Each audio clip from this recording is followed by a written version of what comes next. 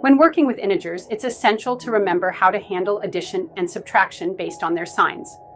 When both addends share the same sign, we simply add their absolute values and keep that sign. For example, if we take +2 and +2, we add them together to get +4.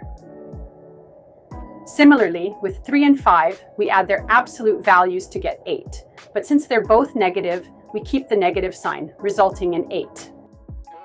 Now, when the addends have different signs, we're looking at subtraction. Here, we subtract the smaller absolute value from the larger one and take the sign of the number with the larger absolute value. For instance, +3 minus 5 gives us 2 because 5 is larger. Conversely, +5 minus 3 equals +2 since 5 is still larger, but it keeps the positive sign.